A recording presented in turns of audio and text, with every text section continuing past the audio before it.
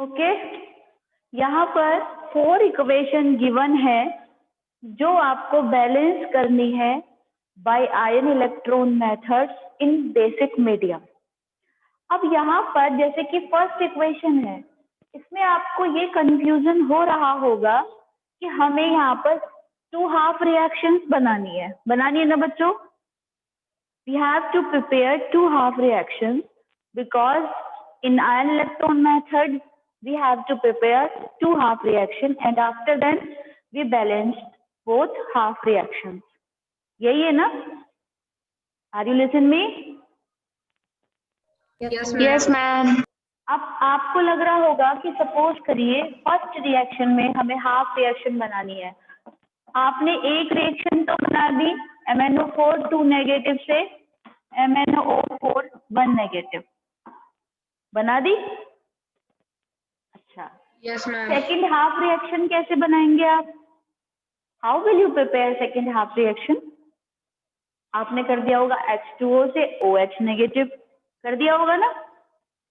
Yes, ma'am. Yes, वो गलत method है बेटा, वही इसलिए मैं आपको यहाँ पर समझा रही हूँ, because it is a disproportionation reaction example and in this proportionation reaction one reagent oxidized and that reagent reduced also। आपको पता है ना, यहाँ पर H2O कोई आपका सेकंड रिएजेंट नहीं है, यहाँ पर MnO4 ही MnO2 से रिएक्शन दिखाएगा।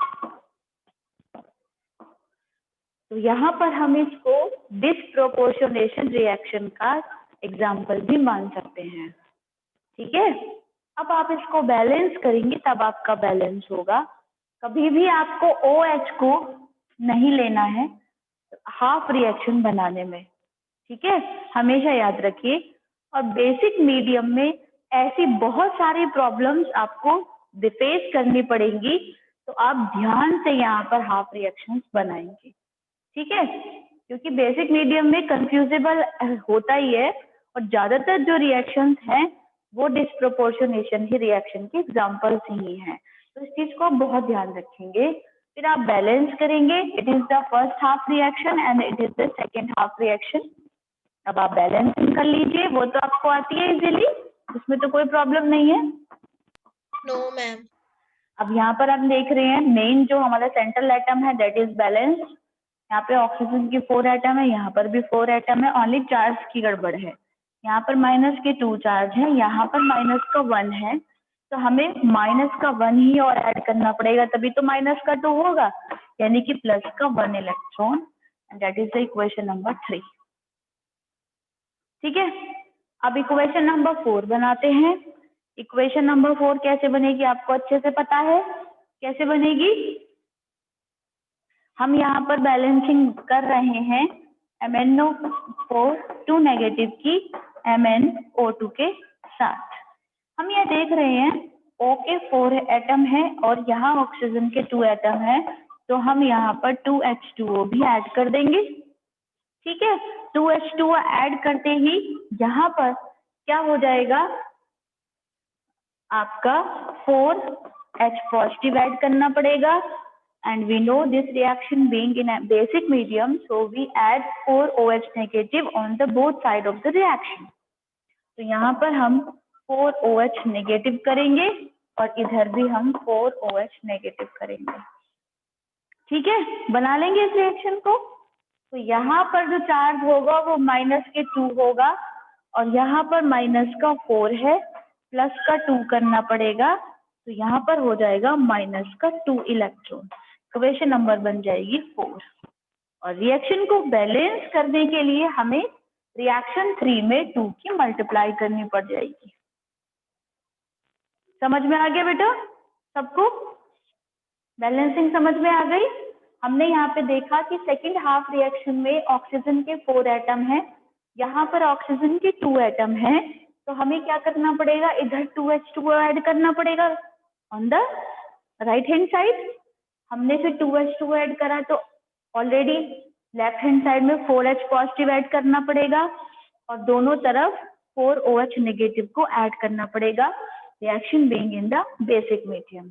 ठीक है, तो यहाँ पर हम देख रहे हैं चार्ज जो है वो +4 और -4 से कैंसिल आउट हो गए, बचे -2, और यहाँ पर चार्ज जो है वो है -4, तो प्लस का 2 करा तो माइनस का 2 इलेक्ट्रॉन करना पड़ेगा।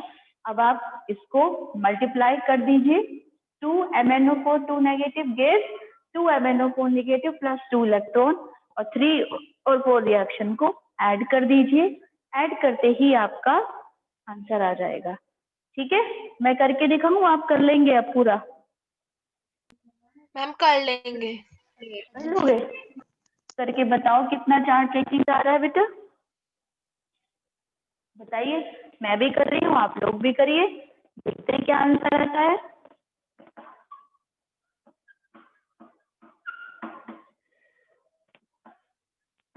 देखते हैं कौन जल्दी से करता है, करिए बेटा।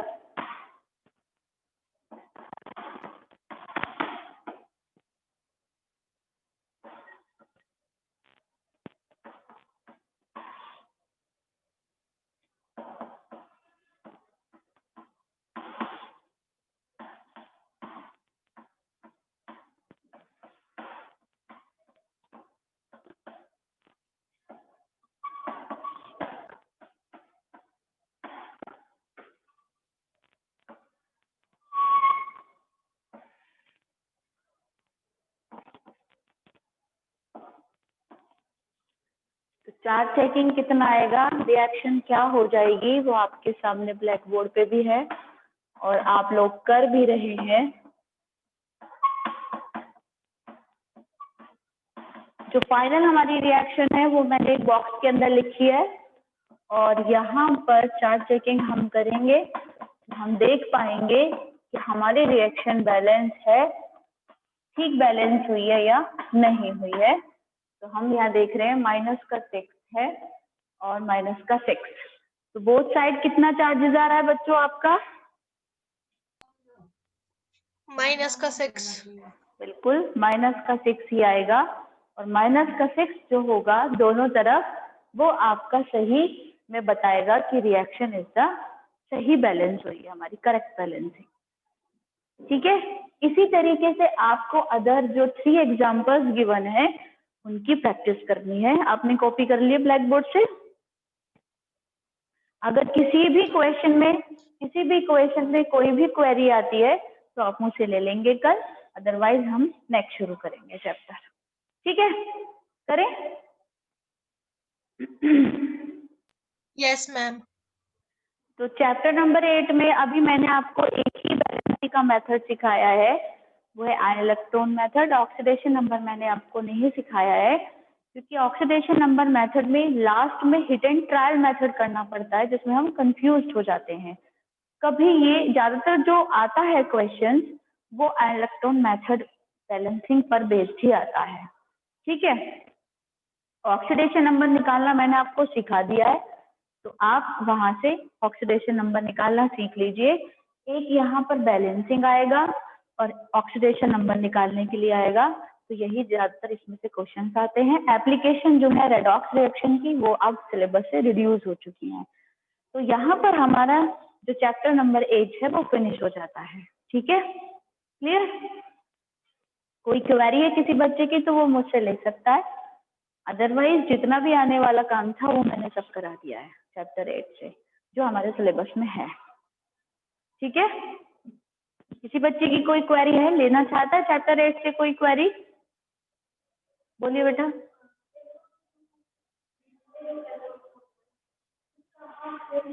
अभी देखते हैं, बोलिए बेटा। सोनम की क्वेरी है, इसको सॉल्व करती हूँ फिर आगे बढ़ती हूँ। ठीक है बेटे, आप लोग ओके इतनी और मैम। रिएक्शन को बैलेंस करना शुरू कर दीजिए, मैं सोनम को समझाती हूँ, सोनम को क्या समझना है। चलो बेटा, SO2 HSO4, it is any half reaction and you have to balance it. Okay, हम यहाँ पे देख रहे हैं सल्फर का एक एटम है, सल्फर का एक एटम है, ऑक्सीजन का 2 एटम है, यहाँ पर ऑक्सीजन का 4 एटम है। बैलेंस करने के लिए आपको 2H2O ऐड करना पड़ेगा। ठीक है, आपने ऐड कर दिया तो ऑक्सीजन के 2 और 2 4 हो गए, ऑक्सीजन के 4।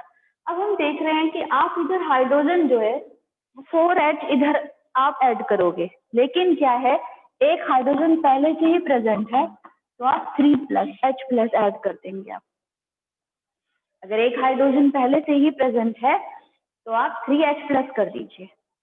अब रिएक्शन एसिडिक मीडियम में है, बेसिक में है? एसिडिक में है तो आपको क्या करना है, और अब इसे चार्ज चेकिंग करना है। इधर 0 है, इधर कितना है, +3 है, तो -3 करना पड़ेगा, तो इलेक्ट्रॉन आपको +3 जोड़ने। ठीक है, कर लोगे? अब कर लोगे? ठीक है, और किसी बच्चे की कोई क्वेरी तो नहीं है? अभी बता दूंगी। अब हम चैप्टर 9 शुरू कर रहे हैं, अभी बताऊंगी बेटा। चैप्टर 9 में हमारा जो टॉपिक है that is the hydrogen,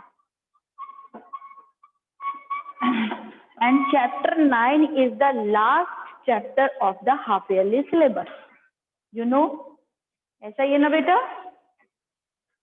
yes ma'am. Yes, ma'am. अब सबसे पहले हमें देखना होगा कि हमारा रिड्यूस्ड पोर्शन क्या है। Actually chapter number 9 is divided into so many parts as like hydrogen, H2O, H2O2, इन सब में डिवाइडेड था, लेकिन कुछ पोर्शन रिड्यूस हुआ है, तो उसमें से आपका कितना रिड्यूस हो चुका है, मैंने आपको भेजा है, तो आपको पता है क्या क्या पोर्शन आपको नहीं करना है। हाइड्रोजन में से आपका H2O में से तो कुछ भी कट नहीं हुआ है। सपोज करिए जो chapter 9 is divided into 3 parts, okay. First one is hydrogen, second is H2O and third one is H2O2। ठीक है बेटा, अब यहाँ पर जो हाइड्रोजन है उसमें मेथड ऑफ प्रिपरेशन हमारी प्रॉपर्टीज हमारी खत्म हो गई हैं चैप्टर 9 की हाइड्रोजन पोर्शन की। ठीक है, क्या क्या खत्म हुआ है बेटा, क्या क्या रिड्यूस्ड हुआ है? Preparation and properties of the hydrogen. Hydrogen. तो से कुछ भी कट नहीं हुआ है, सारा आएगा, क्योंकि जो हमारा वाटर है उसको हमारे सॉफ्टनिंग के बहुत सारे मेथड हैं कि आप हार्ड वाटर को कैसे सॉफ्ट कर सकते हैं, मीन्स इम्प्योरिटीज को किस किस तरीके से आप दूर कर सकते हैं। उनमें से 3 मार्क्स में क्वेश्चन आता है बेटा, तो वाटर में से कुछ भी कट नहीं हुआ है, और H2O2 की मेथड ऑफ प्रिपरेशन भी कट हो चुकी हैं। तो ये हमारा चैप्टर बहुत कम बचा है। ठीक है, तो हम बात करते हैं आज H2 के इंट्रोडक्शन की, हाइड्रोजन के इंट्रोडक्शन। यहाँ पर देखिए बेटा, हम बात कर रहे हैं इंट्रोडक्शन ऑफ द हाइड्रोजन। अगर मैं हाइड्रोजन का प्लेस देखूं कि हाइड्रोजन को पीरियोडिक टेबल में कहाँ कहाँ रखा गया है, तो आप जानते हैं हाइड्रोजन कहाँ कहाँ प्रेजेंट है, कहाँ कहाँ से मतलब है कि एक जगह तो नहीं है। तो बताइए सेकंड जगह कहाँ है, थर्ड कितनी जगह पर है, ये कितने ग्रुप्स में प्रेजेंट है, जानते हैं आप?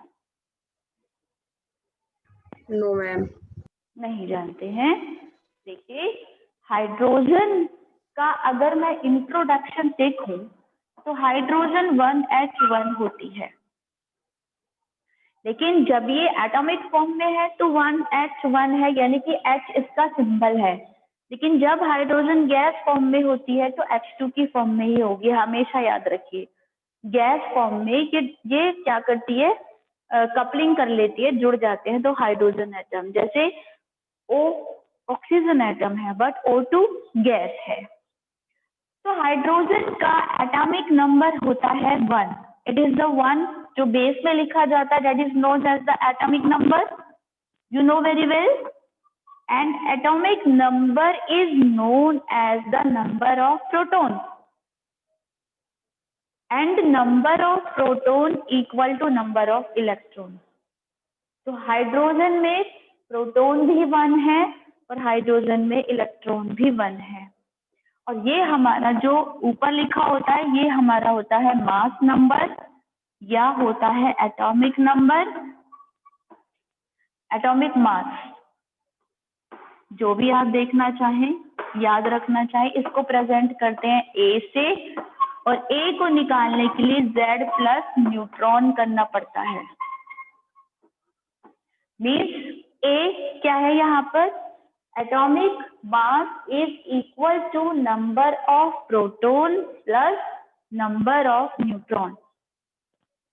ठीक है, तो हमें पता चल जाता है एटॉमिक नंबर से कि किसी भी एटम में इलेक्ट्रॉन कितना है, प्रोटॉन कितना है, न्यूट्रॉन पता नहीं चलता है, एटॉमिक मास भी पता है हमें, तो हम कैसे निकालेंगे नंबर ऑफ न्यूट्रॉन? तो neutron is equal to A minus Z, 1 minus 1 is equal to 0. So number of electron in hydrogen atom is 1, proton is proton is 1 and neutron is the 0. अब आपने सुना होगा कि हाइड्रोजन जो है वो जब हम 10th में पढ़ के आए और हमने पीरियोडिक फंक्शन चैप्टर पढ़ा, चैप्टर नंबर 5, तो हमने वहां पे मेंडलीव की जो हमारा टेबल था, मेंडलीव का जो उन्होंने हमें पीरियोडिक टेबल दिया था, उसकी कुछ लिमिटेशंस हमने याद करी थी नहीं करी थी? तो लिमिटेशंस क्या थी बेटा? लिमिटेशन से याद आया आपको कि जो हाइड्रोजन को मेंडलीव ने प्रॉपर प्लेस नहीं दिया था, उसका मतलब ये था कि हाइड्रोजन ग्रुप नंबर 1 में भी प्रेजेंट था और ग्रुप नंबर 17 में भी प्रेजेंट था और आज भी है।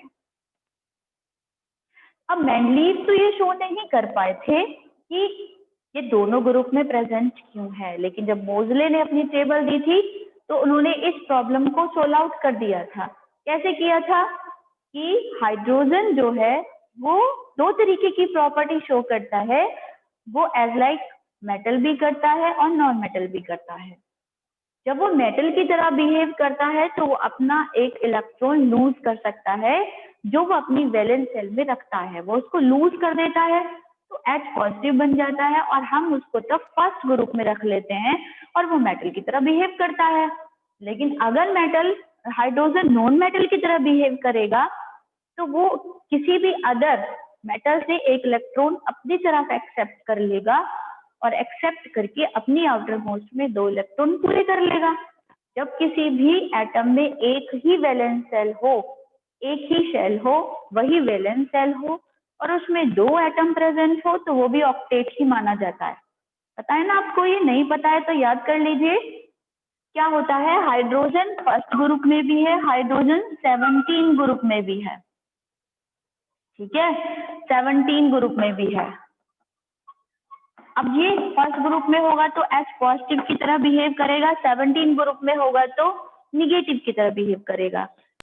जब हाइड्रोजन की बात, पीरियोडिक टेबल में भी वो 17 में है। इसमें बेटा मॉडर्न में भी 17 में है। वो हेनरी मोजले ने एक एक्सप्लेनेशन दिया ना, जो मैं बता रही थी आपको कि जब ये हाइड्रोजन के पास एक इलेक्ट्रॉन है और इसने किसी दूसरे से एक इलेक्ट्रॉन एक्सेप्ट कर लिया एटम से, तो इसके आउटर मोस्ट में 2 इलेक्ट्रॉन हो गए ना। ठीक है, अब इसके पास एक ही शेल है और उसमें 2 इलेक्ट्रॉन है तो ये ऑक्टेट कंप्लीट माना जाएगा। फिर ये आपको याद रखना है, अगर किसी भी एटम में एक ही शेल है और उसमें 2 इलेक्ट्रॉन है और दोनों इलेक्ट्रॉन उसके पास आ चुके हैं तो वो ऑक्टेट कंप्लीट दिखाने लगेगा अपना। तो जब ये किसी से एक्सेप्ट कर लेता है इलेक्ट्रॉन किसी भी अदर एटम से और निगेटिव शो प्रॉपर्टी शो करने लगता है तो ये 17 ग्रुप में आ जाता है।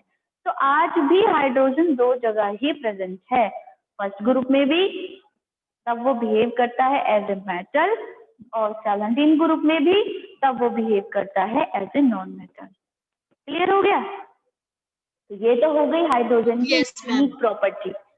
हाइड्रोजन ही एक ऐसा एलिमेंट है जो 2 जगह प्रेजेंट है, अदरवाइज और कोई एलिमेंट 2 जगह प्रेजेंट नहीं है। तो ये यूनिक जो प्रॉपर्टी है वो हाइड्रोजन के पास ही है, अदर किसी एटम के पास नहीं है। ठीक है, तो हम कनेक्शन कर रहे हैं 10th क्लास से, मैं आपको जोड़ रही हूँ आज 11th में। तो अगर आपको 10th क्लास का पूरा चैप्टर नंबर 5 याद है तो इसको करने में बहुत इजीनेस हो जाएगी आपको, ठीक है। और आपका चैप्टर नंबर 3 भी पूरा पीरियोडिक टेबल बेस्ड है। ये हमारा बेटा इनऑर्गेनिक कंपाउंड का चैप्टर है, इनऑर्गेनिक केमिस्ट्री है हमारी ये। आपको पता है जो हाइड्रोजन चैप्टर है वो इनऑर्गेनिक केमिस्ट्री में आता है बेटा, ठीक है। कौन सी केमिस्ट्री में आता है ये? Inorganic chemistry. तो इनऑर्गेनिक केमिस्ट्री में पूरी पीरियोडिक टेबल ही पढ़ाई जाती है बेटा, उसी पर बेस्ड है सारी जो हमारी इनऑर्गेनिक केमिस्ट्री है, ठीक है ना। तो इनऑर्गेनिक केमिस्ट्री में पीरियोडिक टेबल का जानना बहुत जरूरी है आप लोगों के लिए। तो आप लोग पीरियोडिक टेबल के हर एक ग्रुप को याद कर लीजिए, पीरियड बनाना सीख लीजिए, तो आपको बहुत इजी हो जाएगा। फिर पीरियड टेबल अगर आपको लर्न है तो समझिए आपको 60% इनऑर्गेनिक केमिस्ट्री का काम आ चुका है। आगे समझ में क्लियर हो रहा है सबको? तो आप लोग इतना करिए, कल हम आगे बढ़ेंगे, रिएक्शन करिए। किसी की कोई प्रॉब्लम है तो पूछिए।